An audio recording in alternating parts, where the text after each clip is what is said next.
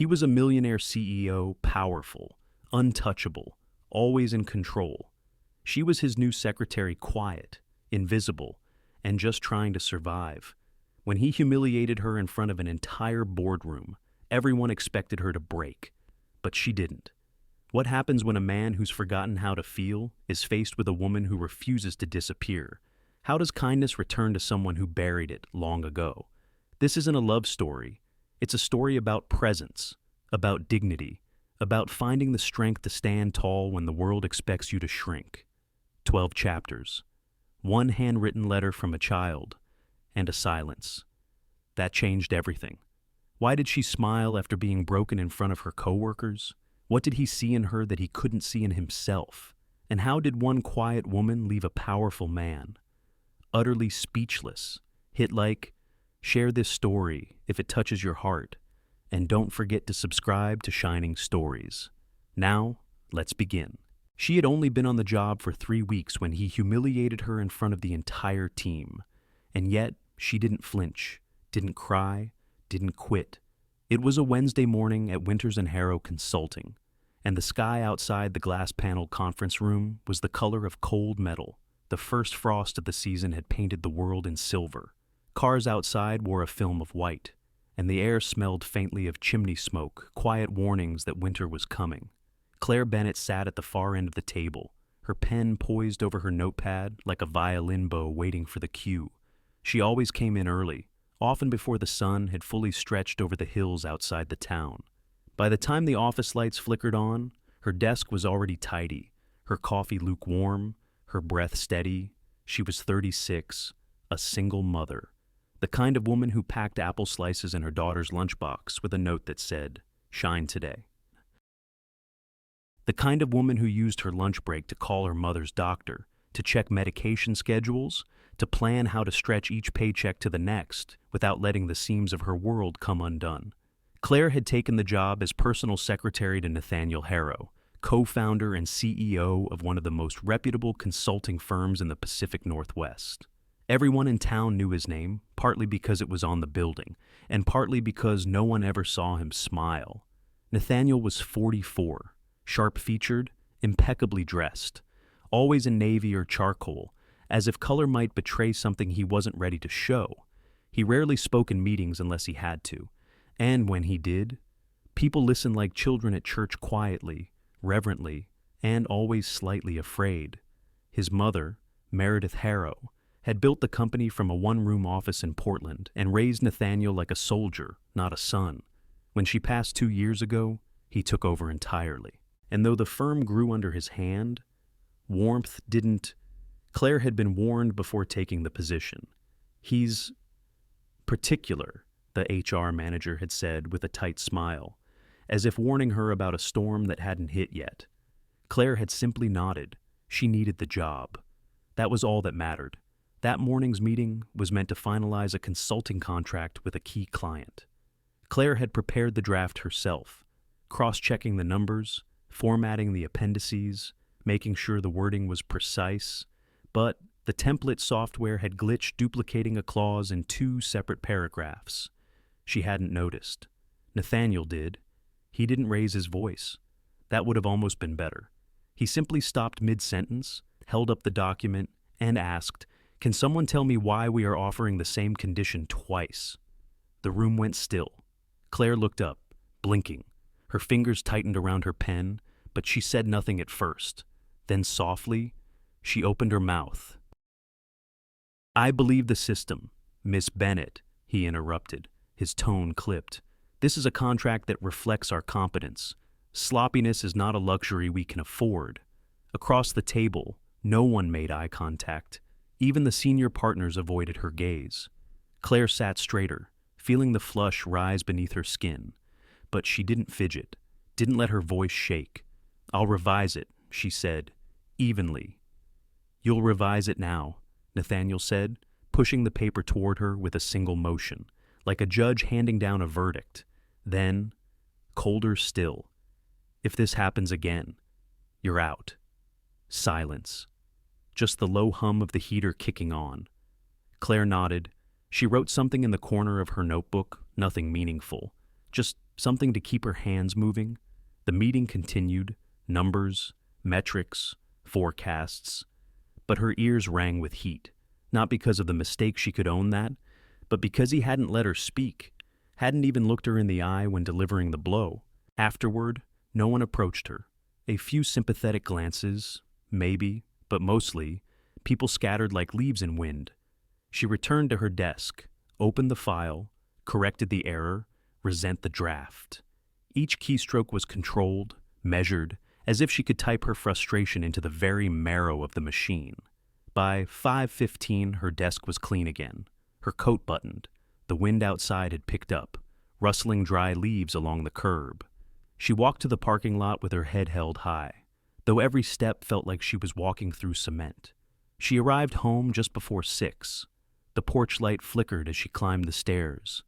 Inside, the scent of chamomile and wood polish greeted her. Her mother must have lit the wax warmer again. In the living room, Emily was coloring a picture of a fox in a snowy field, her tongue peeking slightly out in concentration. "Mommy," Emily called, dropping her crayon and bounding over. Claire crouched to hug her, breathing in the scent of peanut butter and fabric softener. "Hey, Peanut, did you finish your homework?" "Mm-hmm." Emily nodded. Then, looking up with curious eyes, "Did you have a good day at work?" Claire paused. She thought about the conference room, about the way her mistake had been turned into a spectacle, about the silence that followed, the way she'd swallowed her words just to survive the moment. She looked into her daughter's face, open, bright, completely untouched by cruelty, and she smiled, soft and steady, better than yesterday. Most days, she spoke only when spoken to, and most days, he barely noticed her except when she got something wrong. Claire arrived each morning before the office had fully woken up. The lobby lights still blinked to life, one by one, and the elevator took its time, humming up from the ground floor. She wore the same pair of black flats every day, scuffed but polished, soles worn thin from years of waiting, walking, standing. Her desk, tucked outside Nathaniel Harrow's glass-walled office, was a picture of symmetry. Pens lined up neatly in a recycled mug, paper clips sorted into an old candle jar, Post-it notes stacked in order of color. There was comfort in order. Predictability kept the rest of her life from unraveling. She began each day with 2 cups of tea, 1 chamomile for herself, 1 Earl Grey left on the corner of Nathaniel's desk by 7:45. He never acknowledged it, but he never complained either. She always used the same mug for him, white porcelain with a faint crack beneath the handle. He liked the old one better than the new, though he never said why. Claire didn't need him to say it. Most mornings passed like clockwork. She typed letters, proofed spreadsheets, fielded emails with polite efficiency. She made few errors. She asked for little. She answered phones with a tone warm enough to soothe, but never familiar enough to invite conversation. At noon, she would excuse herself for 15 minutes and take the side stairwell to the parking lot, where the cell signal was stronger. She'd lean against the cold brick wall, tucking her coat tighter as she called her mother's caregiver. Is she eating okay today? Did she remember to take her pills? Is Emily settled after school? Claire never lingered on the phone longer than necessary. She wasn't the type to speak in long paragraphs. Just the essential things like folding laundry in straight lines or packing lunches with no crusts. Love, for her, was shown in small, invisible acts. Nathaniel, on the other hand, was the kind of man who seemed to absorb silence. He never filled empty space with needless chatter, never smiled just to be polite. He worked with a slow, focused intensity that made people nervous. Some called it arrogance. Claire suspected it was something else entirely, though she couldn't have said what exactly. He rarely looked up when speaking to her, except when she made a mistake. Then, his gaze was sharp, searching, not cruel, just unforgiving. But lately, something in the way he looked at her had changed. It started with a glance brief, almost accidental when she handed him the revised proposal last week. Their hands brushed, and instead of pulling away immediately, Nathaniel paused just a moment too long. Claire had ignored it, chalked it up to fatigue, But it happened again. On Tuesday, she caught him watching her through the glass partition as she answered the phone. He wasn't glaring or assessing. He was just watching, as if trying to decipher something he didn't understand. Claire didn't know what to make of it. She didn't trust it, not entirely. She'd worked for men before she knew how easily curiosity could slip into presumption. That afternoon, as she was carrying a stack of binders to the filing room, one of the senior consultants, Mark Blakely, tall, charming in a polished sort of way, offered to help. "Looks heavy. Claire," he said with an easy grin. "Let me take half." She hesitated, caught between politeness and pride. Before she could respond, Nathaniel stepped out of his office. "She's fine," he said curtly. Mark raised an eyebrow. "Just trying to help." "I said she's fine." Claire stiffened. The binders grew heavier in her arms, though nothing had changed. Mark gave a small shrug and walked away. She didn't say anything as she passed Nathaniel, didn't meet his eyes, but her hands trembled slightly when she placed the files down. She wasn't sure why. Back at her desk, she sat with her back straight, her breath shallow. She flipped open her notebook, the one she kept tucked behind her calendar. On the first page, written in neat black ink, was a line she'd copied months ago from a self-help blog she never admitted to reading. "Remember, be invisible. It's safer." She stared at it now, as if the words could shield her from whatever it was that had just shifted in the air.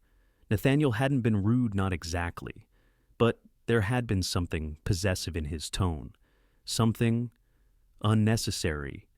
And Claire wasn't foolish. She knew that lines, once blurred, could become traps. Later that evening, she sat alone on the edge of her bed, folding Emily's pajamas into piles. Her mother was asleep in the next room, a rhythmic creak of the rocking chair soft behind the closed door. The silence was comforting, predictable, safe.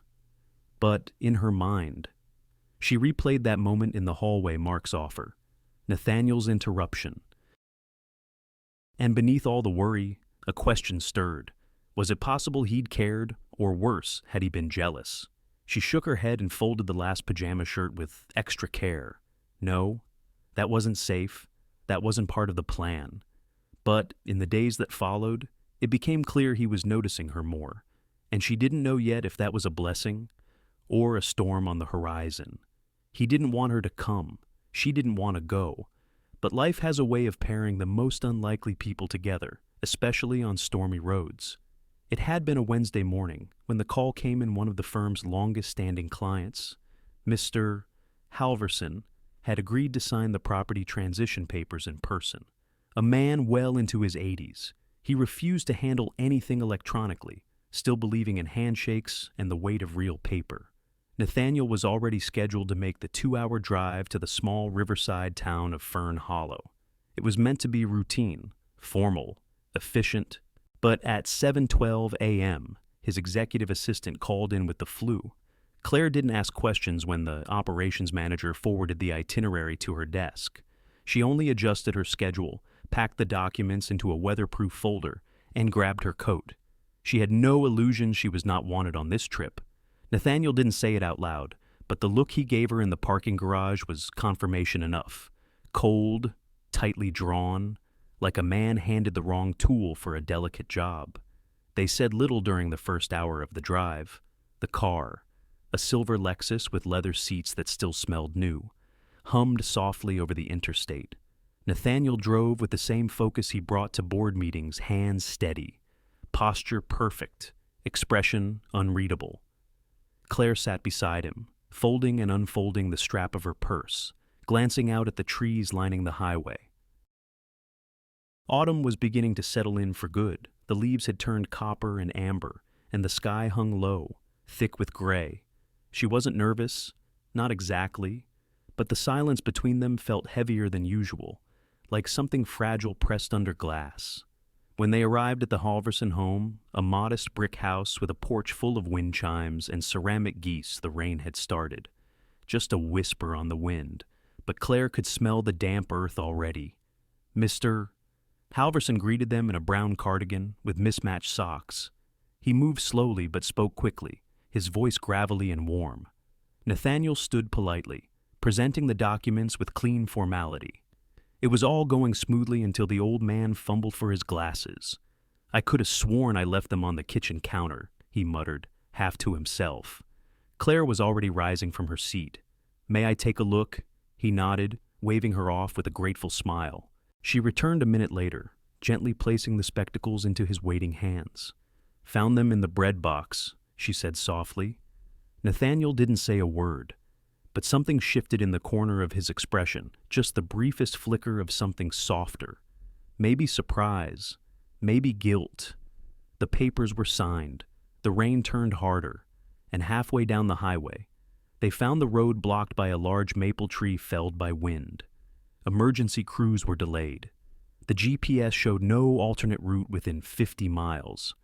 Nathaniel's jaw clenched as he stared at the blinking hazard lights ahead. Claire spoke first. "There was a little bed and breakfast a few miles back. I saw a sign." He didn't answer, just reversed the car and turned around. The bed and breakfast was an aging colonial house with crooked shutters and fading paint. The woman who ran it wore oversized glasses and smelled of lavender. She had only one room left. Nathaniel hesitated. Claire didn't. "It's fine," she said gently. "We'll manage." The room had 2 twin beds, flowered quilts, and lace curtains that fluttered despite closed windows. A small lamp on the nightstand cast a soft golden glow. Claire opened the closet for extra blankets. Most were wool. She didn't say anything when the first itch crept across her neck. She just sat down on the bed, rubbing her arms discreetly. Her skin was always sensitive to wool, something she had inherited from her mother. Nathaniel noticed it about 10 minutes later. She had changed into a long-sleeved sweater, but her cheeks were blotchy, and her breathing had grown shallower. "You're allergic," he said quietly. She looked up, startled. "It's just mild," but he was already up, pulling open drawers, checking the linen cabinet in the hallway. When he returned, he held out a cotton blanket, thin but clean. This should be better. She accepted it silently. No thank you, no eye contact, just the weight of the gesture settling between them. Later, the rain grew heavier, rattling against the old windows. They both ended up in the small kitchen downstairs, where the innkeeper had left a kettle on the stove and mismatched mugs on a tray. Nathaniel poured the tea. Claire found sugar cubes in a jar labeled Hope. They sat at the old kitchen table, facing each other, but not directly. A bulb overhead cast a dim halo, flickering slightly as the wind howled outside. Neither spoke.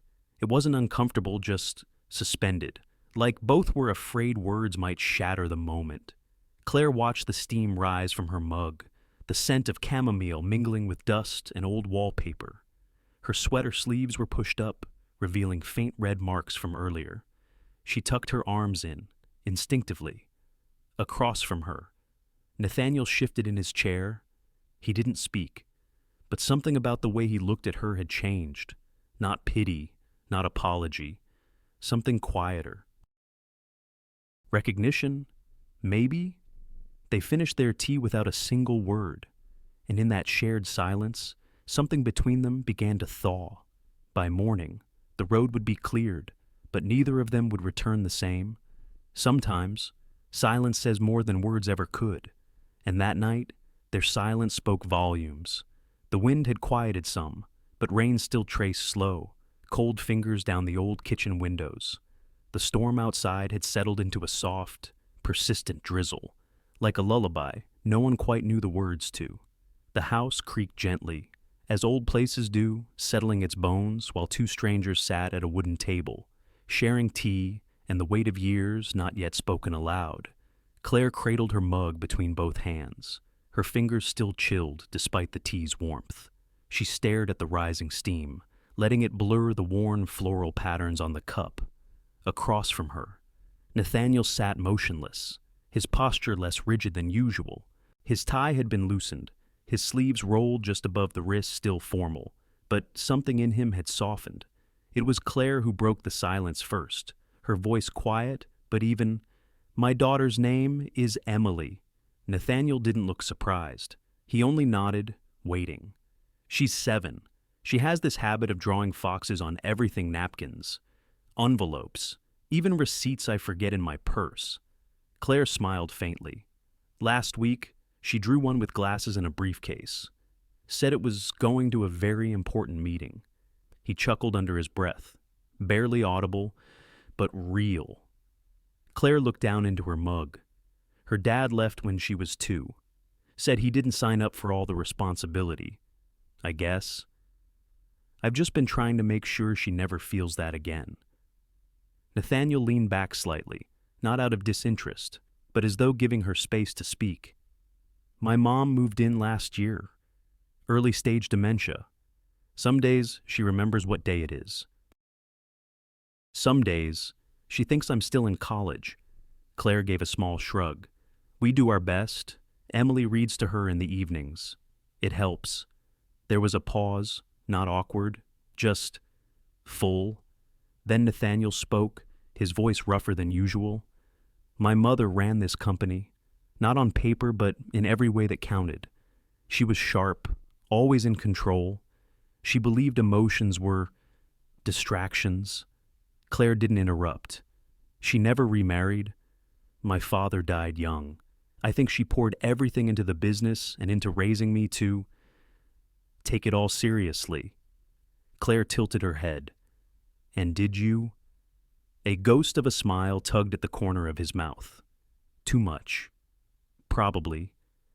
The kettle let out a soft hiss, long since removed from the stove, but still warm. Nathaniel refilled their cups without asking, his movements slow, deliberate.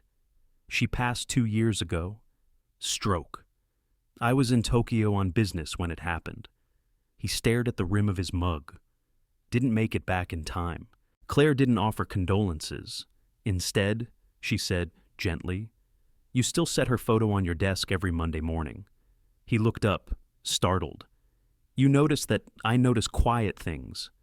He didn't respond, but something in his gaze shifted again, less guarded now. More human. The power flickered just after 10.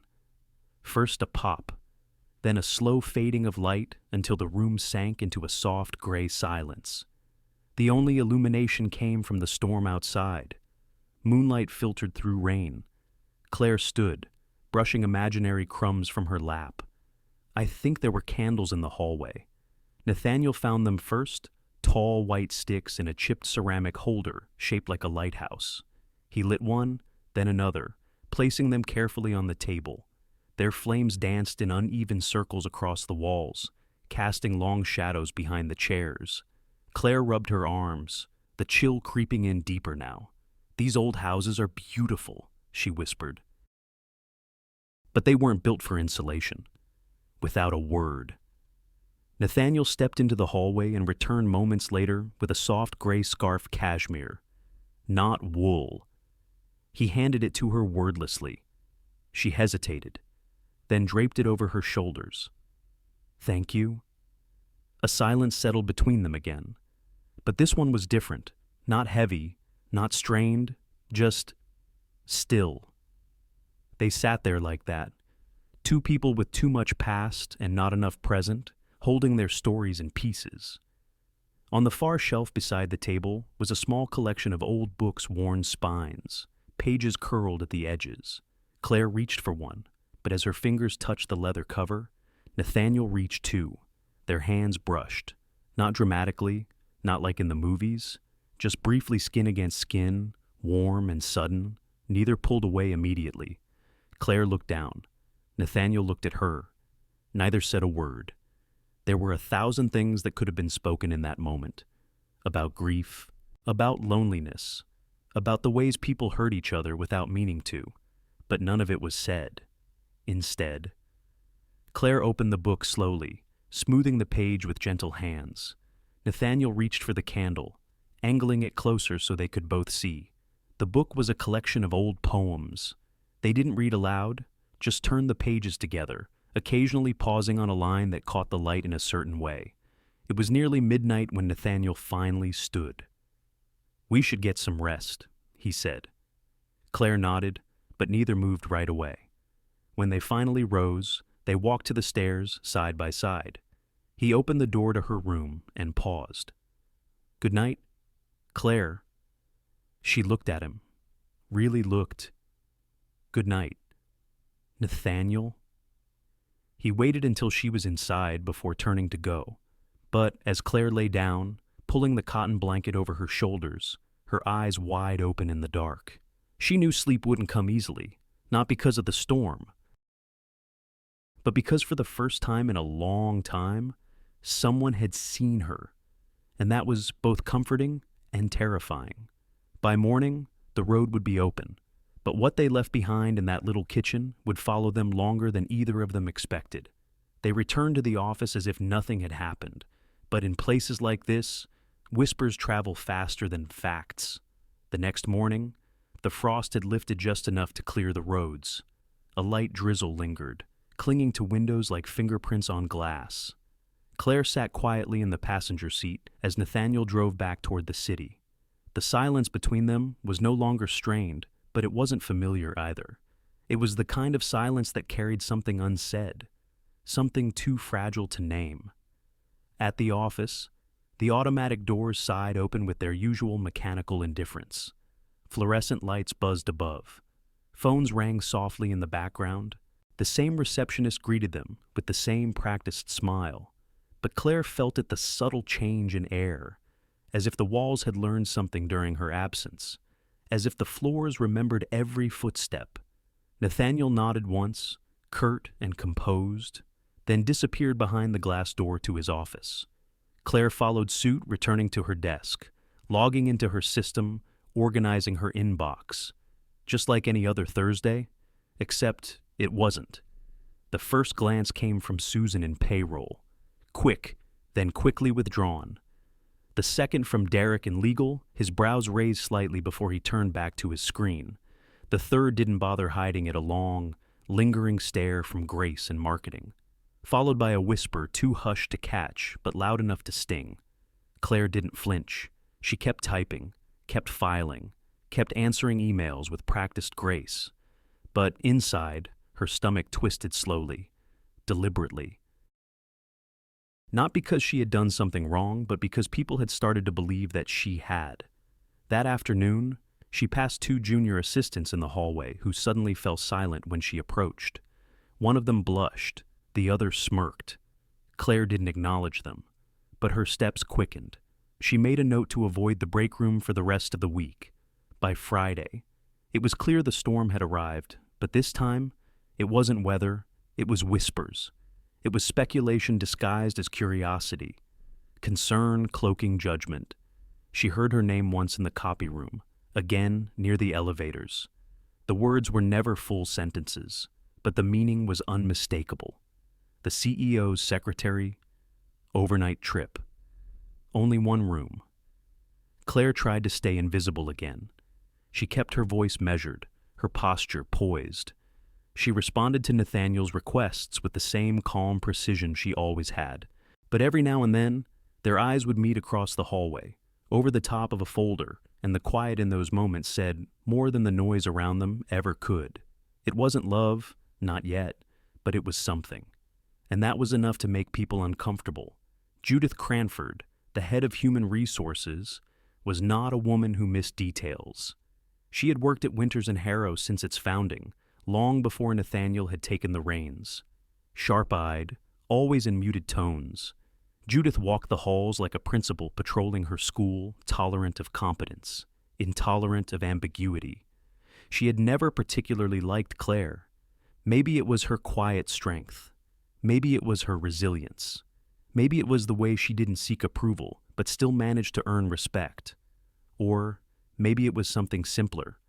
Maybe Judith had always believed that people like Claire's single mothers, with too much history and not enough pedigree, didn't belong in roles close to power.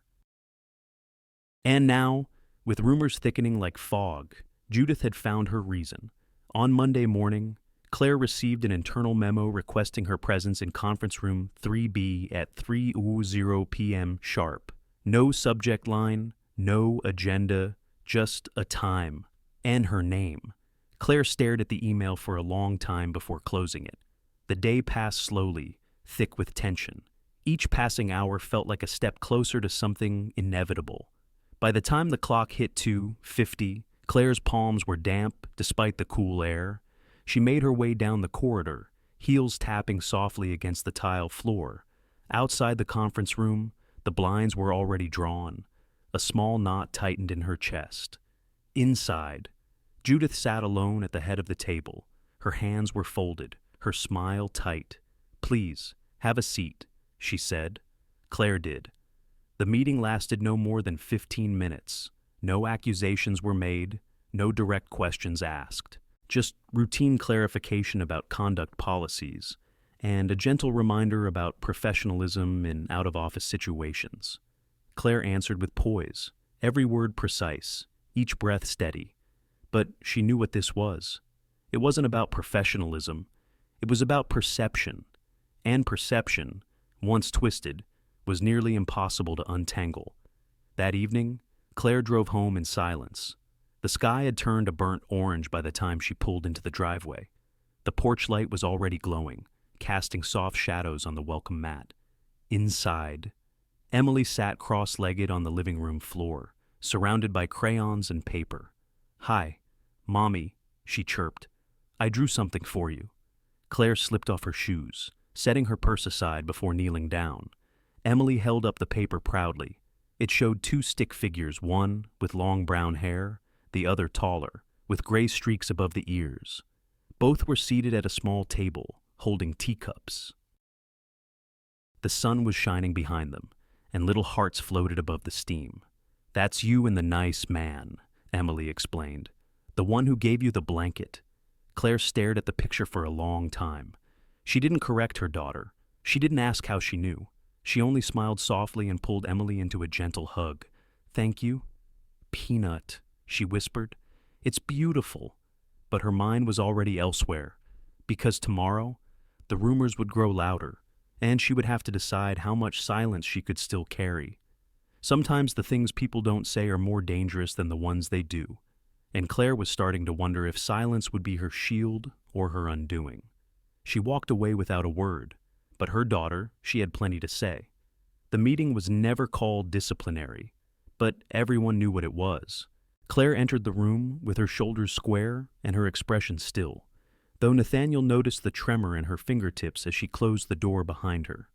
Judith was already seated, a file neatly opened, a notepad beside her hand, ready to document whatever she needed to turn perception into paperwork.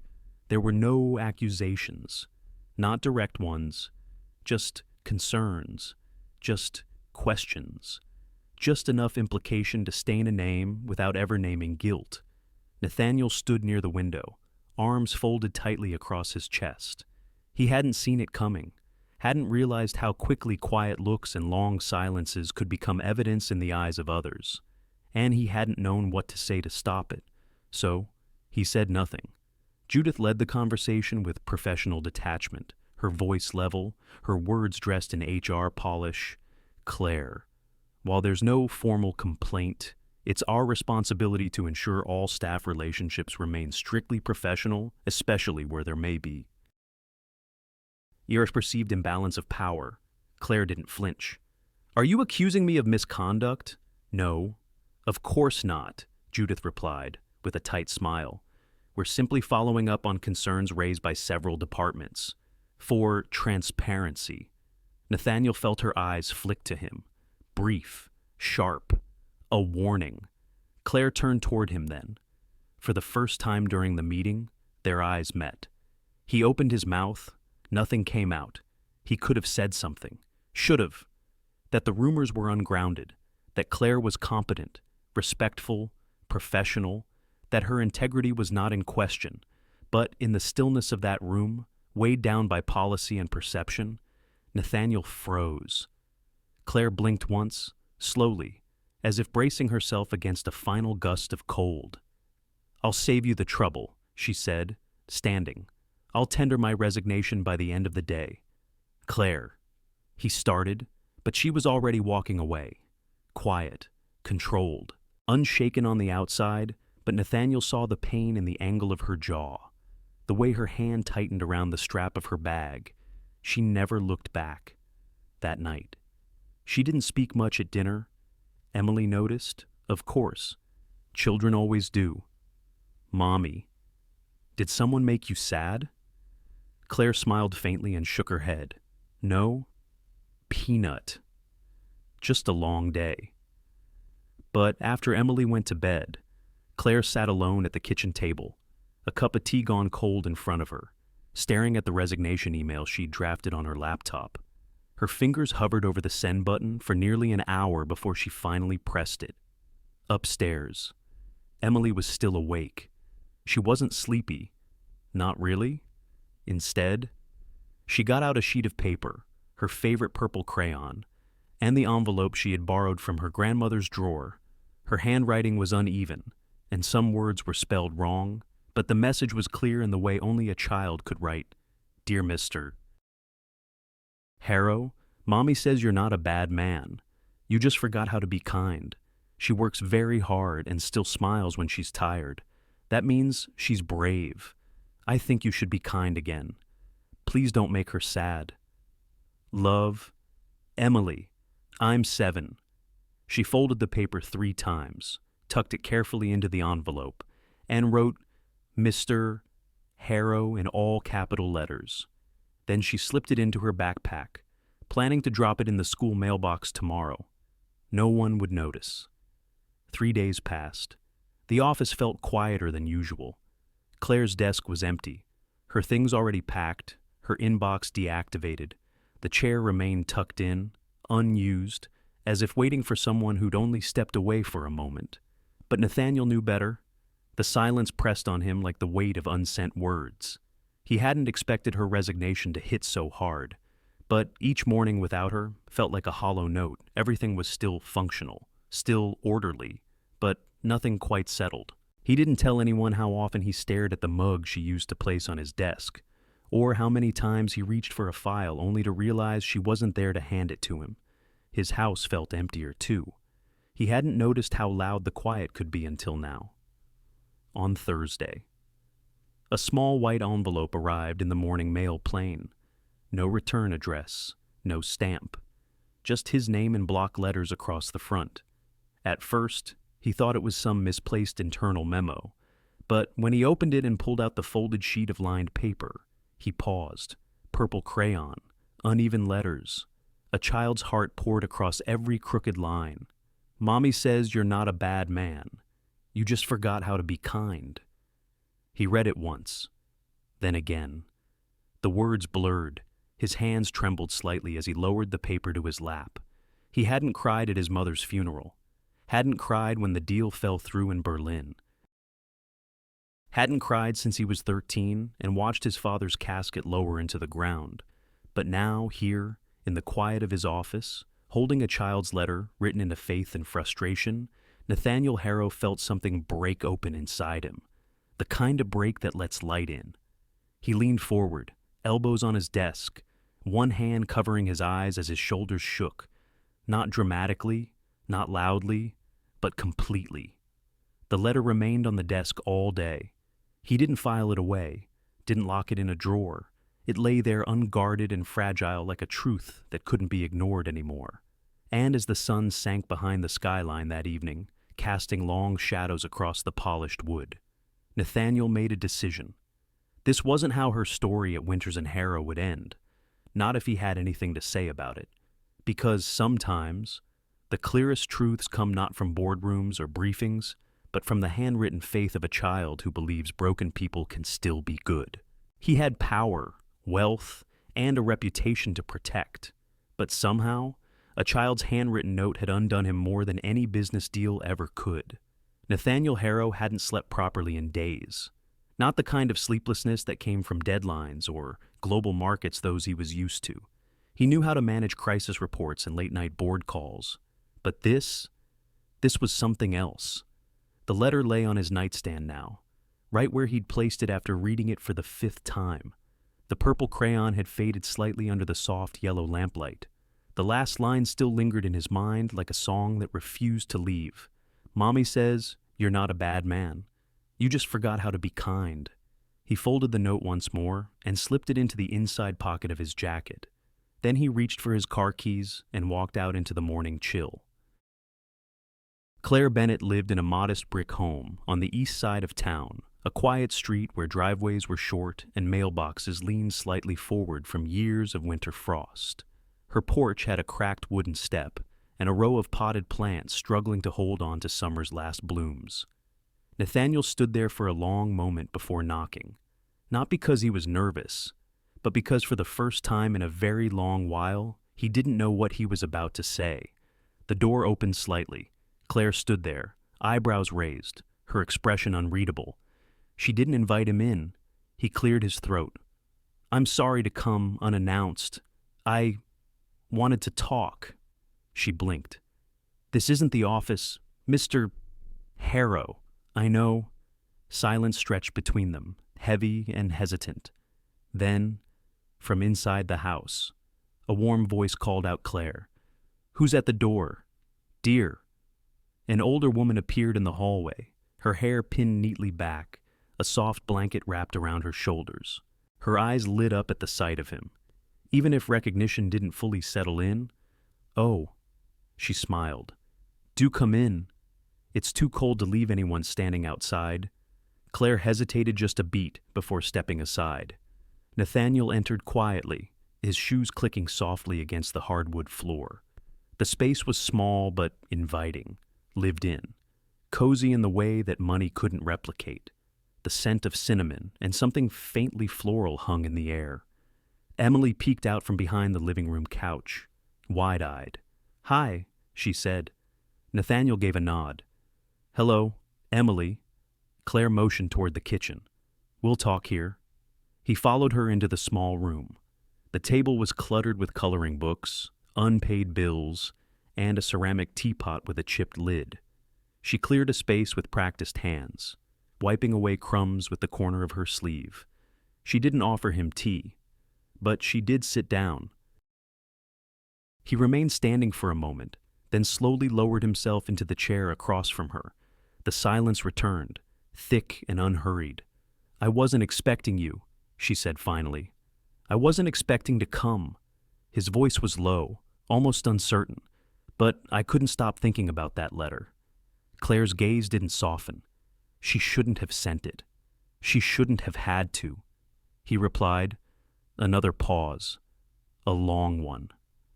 Nathaniel glanced around the kitchen at the chipped tile, the mismatched cups drying in the rack, the school calendar pinned to the fridge with a magnet shaped like a duck. "This place," he said quietly, "feels more real than anything in my house." Claire tilted her head. "Because it has bills and fingerprints." He smiled just barely. "Because it has warmth." Her eyes narrowed slightly. "Why are you here?" "Nathaniel." He opened his mouth, then closed it. He'd prepared words in the car, carefully structured lines about misunderstanding and misplaced silence. He'd rehearsed an apology that sounded just formal enough to keep distance intact, but none of it made sense now. He looked down at his hands still calloused from rowing, still steady from years of contracts and control, and said nothing. Claire studied him. Her face was calm, but not cold. She wasn't angry. She was tired. He saw it now, not just in her posture, but in the quiet strength she wore like armor. She wasn't someone who broke easily, but she was someone who had been asked to carry far more than she should have, and he had added to that weight. Just then, Emily stepped into the kitchen, holding a small plate. She placed it gently in front of Nathaniel. "Here," she said. "You look like someone who needs a cookie."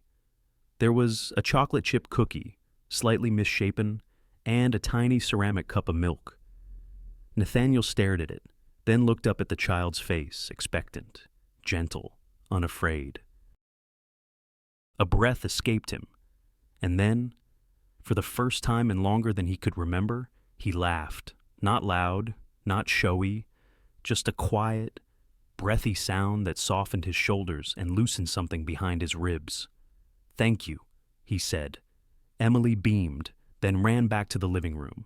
Claire didn't smile, but her gaze lingered on him a beat longer than it had earlier.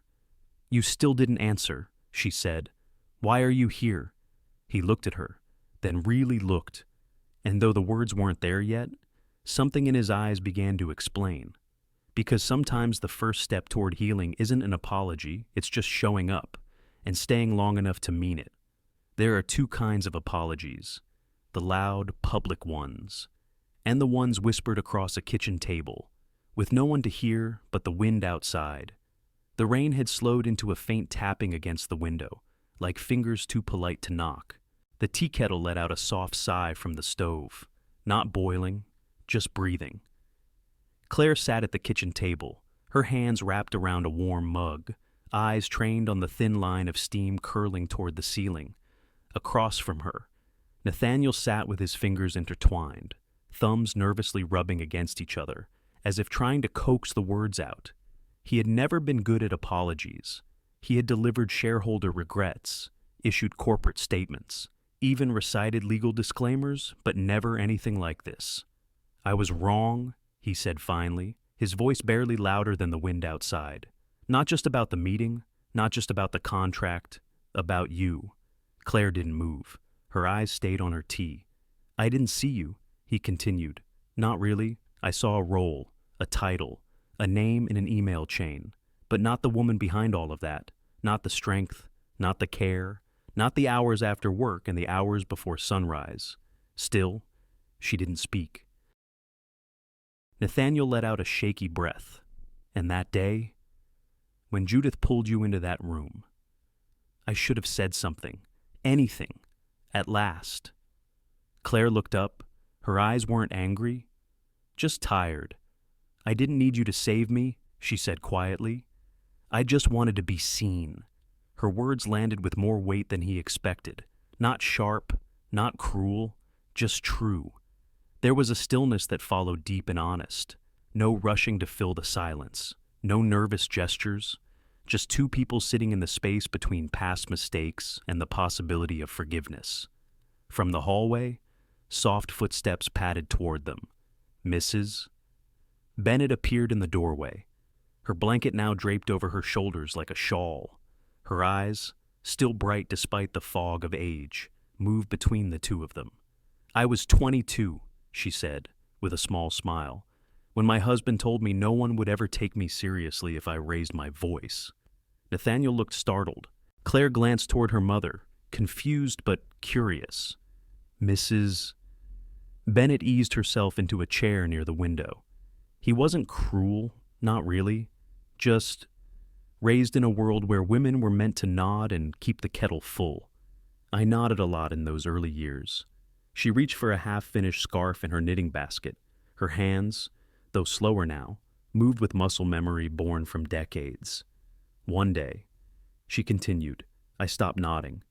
He didn't understand it, but he learned to listen. Eventually," she looked directly at Nathaniel, "the world isn't built for women like Claire. It should be, but it isn't. Not yet." Nathaniel's throat tightened. He couldn't find words big enough for that truth. So, he nodded instead genuinely. Claire reached for the kettle and poured more tea. The scent of chamomile drifted between them, like a memory too old to name. The sound of the rain faded now, replaced by the occasional creak of the house settling, the distant ticking of a wall clock, and the soft rustle of yarn between Mrs. Bennett's fingers. Then came the sound of little feet running into the kitchen. Emily, cheeks flushed from play, carried a picture book cradled in her arms. "Mr. Harrow?" she asked, standing beside him. He turned. "Yes, can you read this to me?" He blinked. "You want me to read it?" She nodded seriously. "Mommy says your voice is very good for stories." Claire looked surprised. She hadn't said that, but she didn't interrupt. Nathaniel hesitated, then took the book with a careful grip. It was well worn at the edges, the corners softened by many small hands. The title was simple: The Quietest Bear. Emily crawled onto the chair beside him, scooting until her shoulder touched his arm. She opened the book to the first page and looked up expectantly. He began to read.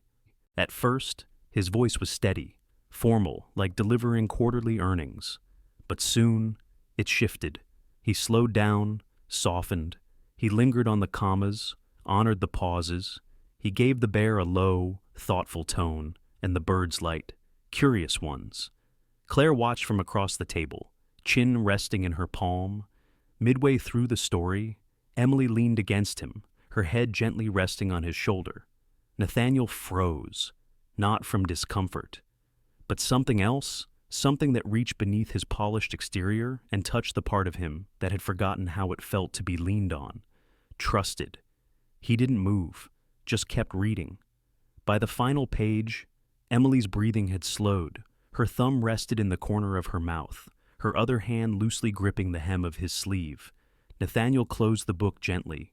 He didn't say anything. Claire stood quietly, then turned off the kettle. She didn't speak either. She walked to the doorway between the kitchen and living room, watching the two of them from the shadows, and something shifted in her. Not forgiveness, not fully, but the beginning of it. A softening, a pause in the ache, a question answered not by words, but by presence. She didn't wipe her eyes, didn't clear her throat. She just stood there for a moment longer. Then, quietly, she nodded. Because sometimes the smallest gestures, a story, a child's head on a shoulder, are the beginnings of something whole. She didn't want her old job back. What she wanted was a life built on meaning, not fear. The morning was quiet when Claire opened her front door. The air was crisp, and a gentle mist hung low over the ground, like breath that hadn't quite settled. She stood for a moment on the porch, a mug of lukewarm coffee in hand, letting the silence gather around her. Her phone buzzed. It was a message from Nathaniel, short, direct. "Would you consider coming back?" Claire stared at the screen, not with anger or resentment, but with something steadier. She didn't reply right away. They met at a small cafe near the river 2 days later. No assistants, no notepads, just the two of them, sitting across from one another as strangers who had begun to understand the shape of each other's silence. "I want you back," Nathaniel said, without preamble. "As executive secretary, your desk is still empty." Claire stirred her tea slowly, watching the swirl of milk disappear into the amber liquid. She let the spoon rest against the rim before lifting her gaze. "I appreciate the offer," she said calmly, "but I'm not coming back." Nathaniel blinked, surprised. "Is it because of what happened? Because of Judith? It's because I've changed," she said, "because I've been invisible for too long, because I don't want to fit into someone else's shape anymore." He sat back, quiet now, uncertain. Claire reached into her purse and pulled out a thin folder. Inside was a proposal typed, edited, printed on recycled paper. The cover page read, "The Bennett Fund, a scholarship foundation for single mothers." "I want to create something," she said, "something that lifts women who've had to fight their way through school, through work, through life without a safety net. Something I never had." Nathaniel turned the pages slowly, eyes scanning each paragraph, each carefully constructed line. She had included projections, testimonials, even a timeline. "You wrote all this?" She nodded, at night. While Emily slept, he looked up. "You'd be incredible at this." She smiled, not shyly, not humbly, but with quiet certainty. "I know." He folded the proposal and placed it gently back on the table. "I'd like to fund it," he said. Claire's eyebrows lifted, surprised. "With no conditions," he added, "no branding, no press release, no influence, just let me be part of something good, without needing my name on it." Claire studied him. This wasn't the man who once humiliated her in a boardroom. This was someone else, someone learning to be kind again. After a long pause, she nodded. "Then we have a deal." But not everyone shared the sentiment. At the next company meeting, when Nathaniel presented the idea of Claire returning not as a secretary, but as head of an independent foundation partnered with the firm, the tension was immediate. Judith Cranford adjusted her glasses, her expression sharpening like frost on glass. "With all due respect, Mr. Harrow, I don't see how this benefits the company. Are we a charity now? Claire was standing at the back of the room. She had chosen not to sit at the table, not because she didn't belong there, but because she was choosing when and how she would speak. Nathaniel didn't answer Judith directly. He looked to Claire. She stepped forward. Her heels clicked softly on the floor as she reached the front of the room.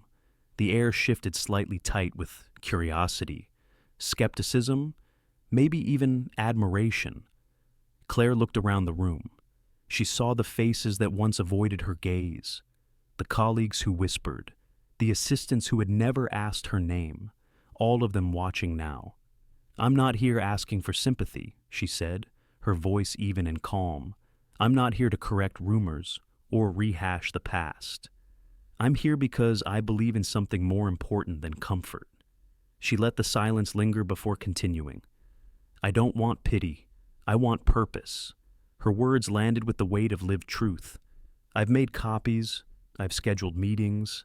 I've picked up dry cleaning and kept secrets and stayed late long after the lights went out. But I've also raised a child, cared for an aging parent, and built a vision from scratch at a kitchen table with no help but my own determination." Judith folded her arms. "That doesn't mean it should come from the company's budget." "It's not coming from the budget," Nathaniel interrupted quietly. "It's coming from me." That silenced the room. Claire looked directly at Judith, then not with hostility, but with clarity. "I'm not here to be accepted," she said. "I'm here to offer something better than what I was once given. And whether this room supports it or not, it's already begun." For a moment, no one moved. Then Derek from legal nodded once. Susan in payroll lowered her eyes, then raised them again this time with something softer behind them. Even Grace, who had once smirked in the hallway, offered the smallest of nods. Claire didn't smile. She didn't need to. She had said what she came to say. As she stepped out into the hallway afterward, her heart beat steady, not fast. There were no tremors in her hands, no flutters in her chest. She had stood her ground, not as someone trying to return to a desk, but as someone walking forward into her own vision. Near the elevator, she paused. Several colleagues passed her, people she barely knew by name, and yet, one by one, they looked her in the eye, not with pity, not with doubt, with respect. She walked outside. The sun was beginning to break through the overcast sky, casting gold across the sidewalk. Nathaniel was waiting at the curb, hands in his pockets. "I told the board you'd make them uncomfortable," he said as she approached. "Uncomfortable's a good start," she replied. He smiled genuine, without weight. "What now?" he asked. Claire turned to look at the building behind her one last time. "Now," she said, "we build something that actually matters. Because healing doesn't always mean going back. Sometimes it means going forward on your own terms." She had never imagined standing on a stage, but sometimes the quiet ones are the ones worth listening to the most. The ceremony was held in the town's old community hall, a place where floorboards creaked with stories and folding chairs had seen generations of birthdays, recitals, and farewells. The walls were painted a soft, fading blue, and paper lanterns swung gently from the ceiling, catching the late afternoon light. Claire sat backstage, her hands resting in her lap. She wore a simple navy blue dress, slightly faded but elegant in its own right. The fabric carried a story stitched by her mother's hands years ago, when money was tight but hope was plentiful. The seams weren't perfect, but the care was visible in every thread. Emily had helped zip it up that morning, standing on tiptoes to smooth the shoulders. "You look like a queen, Mommy," she had said with wide, sparkling eyes. Claire had smiled, kissed her daughter's forehead, and whispered, "Then you must be the crown I wear." Now, as the sound of applause rose from the auditorium, Claire stood, smoothing the front of her dress with a steadying breath. A volunteer opened the curtain slightly and nodded. "You're up." The lights were warm as she stepped onto the stage, not blinding, but soft like sunrise. Her heels echoed against the hardwood floor. The podium felt taller than she remembered. Her heart beat not with nerves, but with reverence. in the front row. Emily sat upright, her hands folded in her lap, eyes wide with admiration. Beside her, Mrs. Bennett leaned forward just slightly, both hands clasped around her cane, her eyes wet but smiling. And just a few rows back, almost in the shadows, sat Nathaniel. His suit was dark, his tie slightly loosened. He wasn't here as a CEO or as a man trying to prove something. He was here as a witness, as someone who had once overlooked her and now couldn't look away. Claire looked out over the crowd faces from the community, colleagues, strangers, students, mothers, elders, so many lives, each carrying their own quiet weight. She leaned toward the microphone. Her voice, when it came, was soft but unwavering. "I don't usually speak to crowds," she began. "I come from quiet places, dinner tables with one chair empty, waiting rooms filled with worry, hallways where people don't look you in the eye if you're not wearing the right shoes." A hush fell over the room, not from silence, but attention, the kind that leans in. I was never the loudest, never the first to raise my hand. I didn't grow up thinking I'd be standing on a stage, but maybe that's exactly why I'm here. She paused. I used to think strength was about pretending, keeping your head down, smiling even when you wanted to cry, carrying everything so well that no one knew you were breaking. She let the silence stretch gently, allowing the words to settle. But I've learned that real strength isn't about hiding. It's about being seen and still choosing to stand. She looked toward her mother then. I watched a woman care for others her whole life and never once ask for recognition. I thought that was normal. I thought that's how women survived. Then she turned to Emily. But I don't want that for my daughter. I want her to live in a world where she doesn't have to earn her worth in silence. Claire straightened slightly, lifting her chin. So, this isn't a second chance. This isn't redemption. This is the first time. I'm truly being seen. There was a pause, long and breathless, and then applause. It began slowly, respectfully, then grew row by row into a standing ovation, the kind that didn't erupt, but rose like a tide, quiet at first, then undeniable. Even Judith Cranford stood, her arms still crossed, but her head nodding once almost imperceptibly.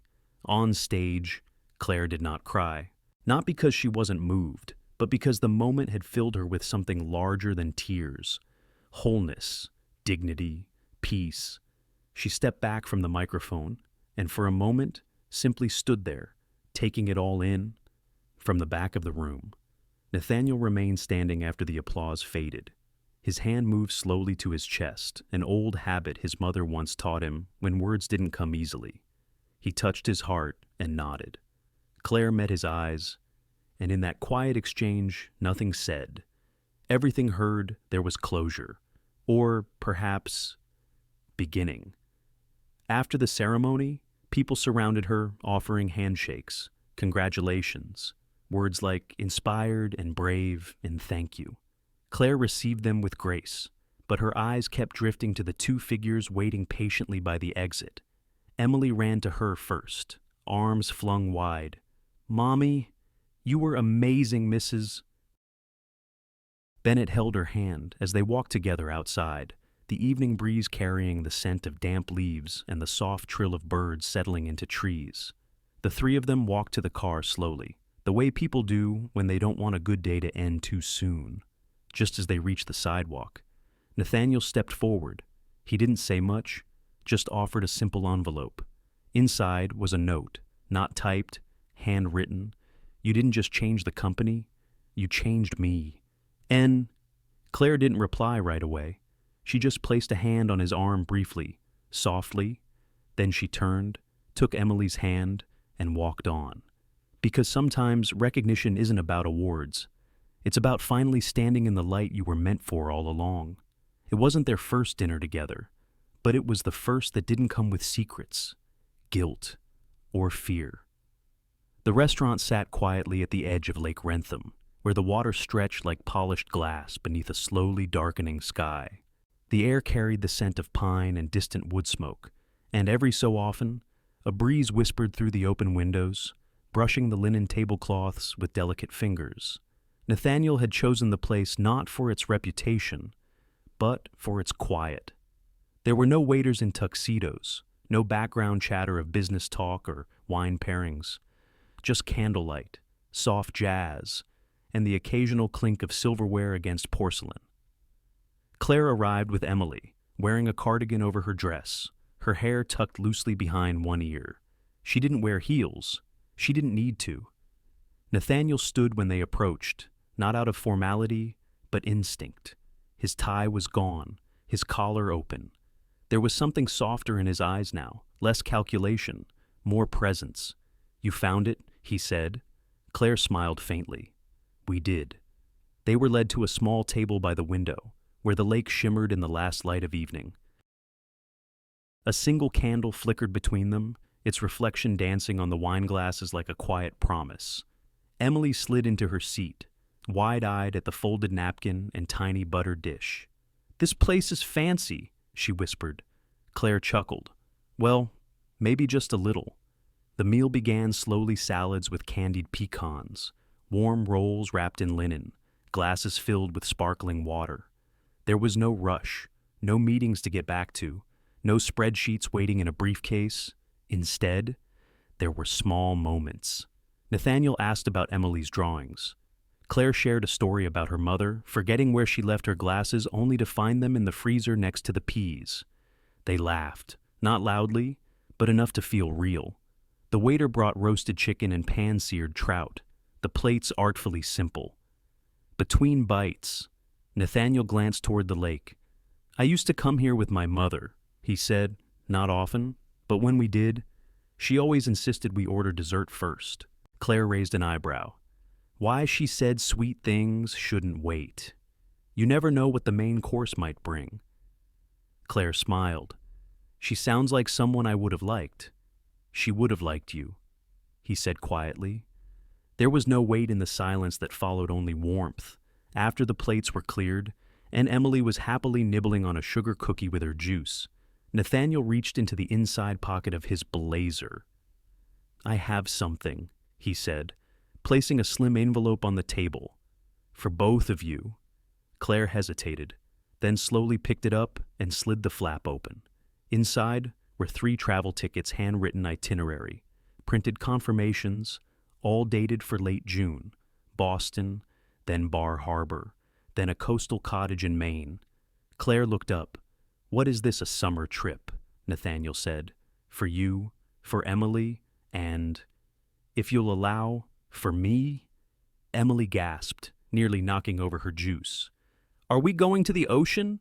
Nathaniel smiled at her. "Only if your mom agrees." Claire turned the papers over slowly. "Processing. I'm not trying to impress you," he added. "And this isn't repayment. It's not a favor. It's just time. Time to breathe. Time to be somewhere that isn't heavy." She looked at him, then really looked. He wasn't performing. He wasn't asking anything in return. This wasn't business. It wasn't romance. It was something simpler. Something quieter. An offering. Claire placed the envelope on the table again, gently, then took a long sip of her tea.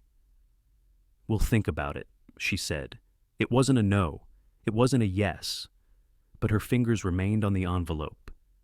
Emily, meanwhile, had already begun dreaming out loud seashells, sandcastles, blueberry ice cream. Nathaniel leaned back slightly, watching her with something close to wonder. "She's fearless," he murmured. "She had to be," Claire replied. Then, without looking up, she reached across the table and placed her hand gently on the linen, close, but not quite touching his, just near enough that he could feel the warmth. It was a gesture without ceremony, no drama, no declaration, just presence.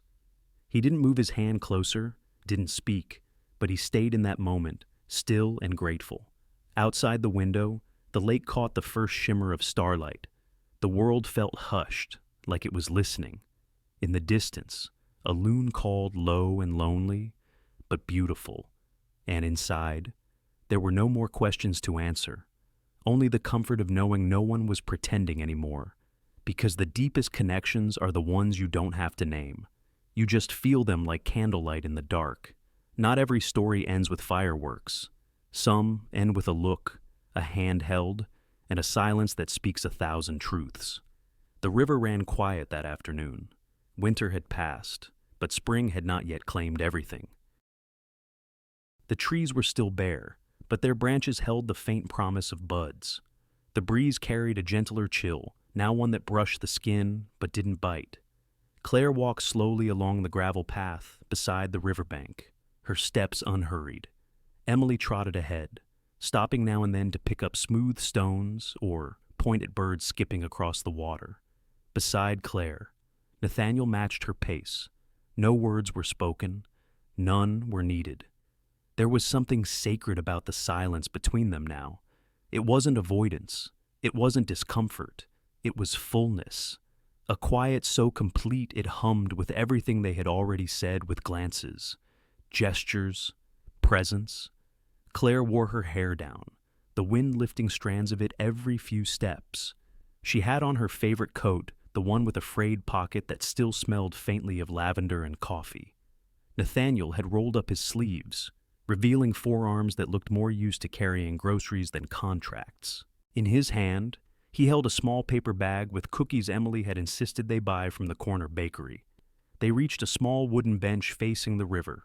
Claire sat first. Then, Nathaniel. Emily climbed up between them, swinging her legs back and forth above the grass. A bird called from across the water, high, clear, and distant. Claire turned her face toward the sound, her expression soft. There was a time, not long ago, when such quiet moments felt like a luxury she couldn't afford. But now, they felt like the only currency that mattered. Nathaniel reached into the bag and handed Emily a cookie. She accepted it with both hands, took one bite, and leaned contentedly against his side without saying a word.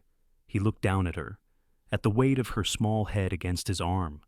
Then, carefully, he turned toward Claire. "I forgot how to be kind," he said, his voice barely above the wind. "You reminded me." Claire didn't respond right away. She simply looked at him. Not surprised, not overwhelmed, just seen. He didn't elaborate. He didn't ask for forgiveness. The words had been enough. They didn't need to be more. Time passed slowly. A boat drifted in the distance, somewhere behind them. A wind chime rang faintly from a porch. Every sound felt placed with care, like part of a melody that only 3 people were allowed to hear. Claire reached for Emily's hand. The little girl looked up, cookie crumbs on her chin, and grinned. Then she extended her other hand toward Nathaniel. He looked down, startled, then smiled, and took it. So, there they were, 3 hands linked, warm and sure on a quiet bench by a quiet river. No declarations, no promises, just presence. The sun dipped slightly lower, casting golden ribbons across the water. Shadows stretched gently behind them, long and softened. The moment didn't demand anything. It simply was. Claire closed her eyes for a moment and breathed in deeply. The scent of pine, of warm earth, of possibility. Behind her eyelids, she saw her past self typing late into the night, crying softly in locked bathrooms, folding laundry while holding back fear. That woman was still part of her, but she no longer carried the weight alone. Beside her sat a man who had once been the source of pain and now, unexpectedly, a companion in healing, not a hero, not a savior, just someone who had chosen to stay. Claire opened her eyes again and looked at Emily, whose eyes had begun to droop. "I think someone's ready for a nap," she whispered. Nathaniel chuckled softly. "Maybe we all are." They stood together, slowly, carefully not to wake the rhythm that had wrapped itself around them. As they walked back down the path, Claire on one side, Nathaniel on the other, and Emily between them, they didn't speak. Their footsteps made a soft crunch on the gravel. The river murmured beside them, always moving but never in a hurry. At one point, Claire looked over at Nathaniel. He was watching the water. "What are you thinking?" she asked gently. He didn't answer right away. Then, with a small smile, he replied that I used to think silence was something to fill. Now, it feels like something to keep. She nodded once. That was enough. They reached the parking lot as the first stars began to blink awake in the sky, the kind of stars you had to pause to see the quiet ones. Nathaniel opened the car door for them, then paused. Claire turned to him. Their eyes met. No fanfare, no script. Just the knowing that this story, whatever it became next, would be written without force. She reached out not to hug, not to cling, just to rest her hand briefly over his. A thank you. A truth. Then she turned, helped Emily into the car, and closed the door gently. Nathaniel stood there as the car pulled away, watching until the taillights turned the corner and disappeared. He didn't say anything, but his silence said everything. In a world that often rewards loud voices and quick judgments, this story reminds us of the quiet strength and dignity, patience, and kindness. Claire didn't fight back with anger. She didn't demand attention. She simply showed up day after day with grace, even when no one was watching. And sometimes, that's the hardest kind of strength to hold. We all carry battles no one sees, whether it's caring for a loved one, dealing with quiet grief, or feeling overlooked in a noisy world.